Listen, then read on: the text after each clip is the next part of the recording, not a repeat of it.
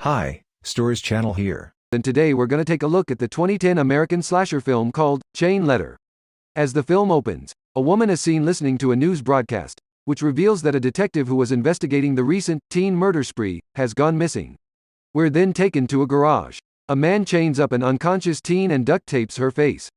Back in the house, the woman is joined by her husband and the two briefly talk about the crimes. The teen in the garage gains her consciousness and realizes that she's been chained to the rear of two cars. The couple walks out of the house and gets inside the cars. As they drive away, the helpless teen is dragged out behind them. The woman sees the victim through her rear mirror, but before she can warn the man, he drives off and the screen blacks out. Through a number of news broadcasts, we're then told about the negative side of technology. How technology has invaded our privacy and made crimes a lot easier by putting all our information out in the open. Next, we're introduced to the protagonist, Jessie. Jessie gets a call from her friend Rachel, who reveals that the man she'd been dating online turned out to be a 40-year-old perv. The two talk some more about it, deciding that they need to stop online dating and then end the call, saying they'll meet soon. The next day, the girl's friend Michael meets up with another one of their friends, Johnny, at school, who appears to be very stressed since he didn't get the football scholarship he'd been working for. Rachel joins the boys and they start talking. Rachel's brother, Neil, comes to her and the two start bickering about some of Neil's private activities which Rachel revealed to their mother. Neil angrily walks away a moment later and the friends are joined by Jessie. Once the boys walk away to their class, Dante, a guy who crushes on Jessie, walks over to her and greets her. As Rachel leaves the two to talk, Dante gives Jessie a rose and offers to walk her to class. He tells her that he's working on his car and will take her on a ride in it once he's done. Next, we're taken to the teens class, where their professor is lecturing them about the adverse effects of technology, saying it enables a complete stranger to know everything about you. The students pay no heed to what he says, clearly not sharing his hatred for technology, and as soon as the class ends, they all rush out. That night, while Neil is playing a video game, he receives a chain letter from an anonymous person, telling him that he is the first person who links the chain. It instructs him to forward it to 5 people or else he will die. Neil is about to delete it, but Rachel barges into his room and asks to use his computer to write an email. Rachel reads the chain letter and remarks that she needs to send it, saying she can't take the risk. She types in 4 names but Neil chases her away before she can finish writing and send it. She says something mean before heading out, due to which Neil adds her as the 5th person and sends the letter. Johnny gets the letter but deletes it immediately, thinking it's ridiculous. While Jessie, Dante and Michael are sitting in a gaming center, Michael and Jessie receive it. They ask Dante if he got the letter, to which he says he doesn't have a phone, since he's not much into technology. Jessica and Michael forward theirs and tell him that he should check his email once he gets home since he's on the list. When Johnny goes to the gym later, he sees Kevin there, his competitor who had won the football scholarship Johnny so badly wanted.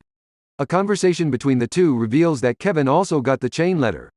After a brief exchange between them, Kevin heads out after indirectly insulting Johnny. After gymming for a while, Johnny goes to get some water. While he's drinking, a black hooded figure slams his head on the fountain, knocking 2 of his teeth out and making him unconscious. The killer then drags his unconscious body to a gym set and starts working on him with his chains. When Dante goes back to his house, he finds the chain letter on his computer. Considering it an ordinary spam message, Dante deletes it. A notification is sent to the killer's computer, telling him about the deleted message. An investigation team arrives at the gym to investigate Johnny's death. Detective Crenshaw, head of the investigation, is told that Johnny had no enemies, which makes the case very confusing. But the chains hung in the gym, he's told, were never seen before. The detective goes over to the chains and sees a link with a barcode on it. Dante goes to meet with a friend who was helping him with his car. He's told that his car is now done and ready for a ride. Dante gets very excited after learning this and gets inside the car, starting to practice how he would ask Jessie for a ride in it. He notices something leaking from the engine and gets out to check. While he's bent over under the engine to see what is leaking, someone cuts the chains holding the engine in place above him, letting it drop over him, crushing him under. A week passes after this, with the detectives still left without a clue about the killer's identity. A conversation between the detectives reveals that Kevin Daniels, Johnny's competitor, has gone missing as well. After a few days off, the teen school reopens. The professor tells his class that they have to complete their paper now that school's back on. While working on her paper about privacy and technology, given by the same professor who hated it, something clicks in Jessie's mind. While talking to all the ranchers in the area in hopes of gathering more information about the barcoded chain link, Detective Crenshaw goes to meet Mr. Bradford. Crenshaw shows him the link and asks if he ever saw someone with such chains before. Bradford says he has seen them before but isn't able to recall where. Thus Crenshaw leaves his card with Bradford, asking him to give him a call if he remembers where he saw them.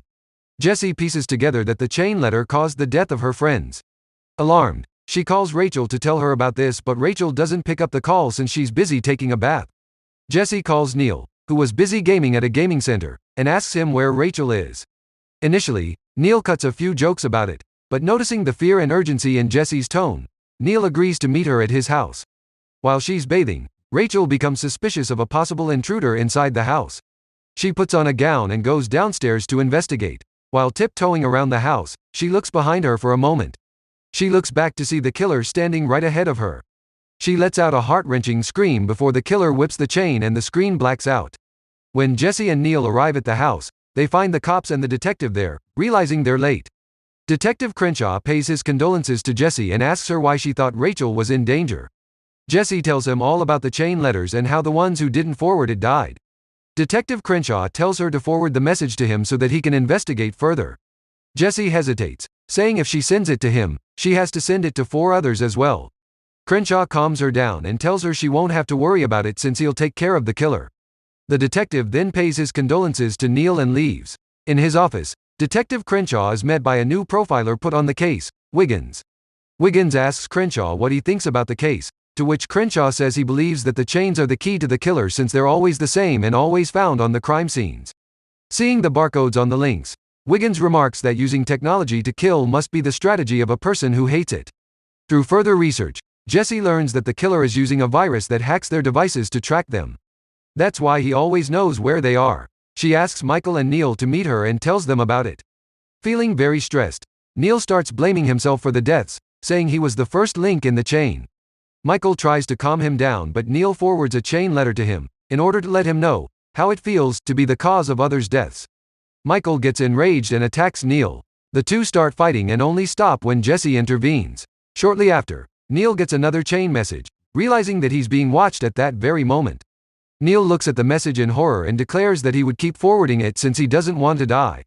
Saying this, he turns and leaves. That night, while Neil is sitting at his computer, he receives another chain mail. This shocks him and he starts panicking, saying he's forwarded the message to everyone he knows. The messages don't stop and notifications about new chain mails keep pouring in one after the other. Unable to take the torture anymore, Neil deletes the message. It's revealed that the killer had been awaiting this moment, standing right above Neil's roof. As soon as Neil deletes the mail, he attacks. Jessie calls Michael and asks him to forward the message to her so that she can pass it on to Crenshaw. She tells him that Crenshaw will be able to track the killer through it. Michael tells her to be careful and passes the message to her. Next, Detective Crenshaw is seen breaking into an abandoned building as a conversation between him and Bradford is heard in the background. Bradford had called the detective and told him about the place of a late friend of his, who used to brand his chains with barcodes. Thus Crenshaw decided to investigate the place. As Crenshaw is busy investigating the place, his teammate tries to call him and leaves him a message, telling him that the killings are the work of an anti-technology group, technology terrorists, who use barcodes to show how technology ruins individual lives. Detective Crenshaw walks into the building to see numerous chains hanging from the ceiling. Hearing faint screams and grunts, he follows them to another room where he sees a man wrapped up in chains and hung to the ceiling. Shocked, Crenshaw asks him who he is. The person reveals that he is Kevin Daniels, the teen who went missing weeks ago. Crenshaw promises to help him, but as soon as he steps forward, a sensor ahead of him picks the movement and sets Kevin alight. Crenshaw watches helplessly as Kevin burns to his death. The detective then calls his department and asks to speak with Wiggins. However, the officer on the phone tells him that their security system had been hacked. The person claiming to be Wiggins turned out to be an imposter and the actual Wiggins turned out to be dead. The imposter's words ring in Crenshaw's head. A series of flashbacks begins as he remembers how the imposter had talked about the cult hating technology and wanting to kill others using it. The killer shortly appears behind Crenshaw and attacks. Jessie unplugs all her devices and breaks her phone. Michael tries to call her and tells her that he's worried for her since he forwarded the message to her. He asks her to call him back and that he would be at her doorstep first thing in the morning. While Jessie is sleeping, she has a nightmare in which her broken phone starts to ring. She gets up to get it, but as soon as she does, the killer leaps at her through the window. Jessie awakens after this, scared, breathing raggedly. She gets up and gets changed, then goes back to sleep. The next morning, the news from the beginning of the film is broadcasted again, revealing the disappearance of Detective Crenshaw. the lead investigator of the teen's murder spree. The couple is revealed to be the parents of Jesse. As they head out to work, the person chained to the rears of their cars is revealed to be Jessie, who's in this condition since she didn't send out the message to 5 people but only to Crenshaw. Her mother notices her and stops, but her father drives off, pulling her behind and ripping her apart. As the film ends, Detective Crenshaw is shown chained to a table while the killer makes chains. Thanks for watching, guys.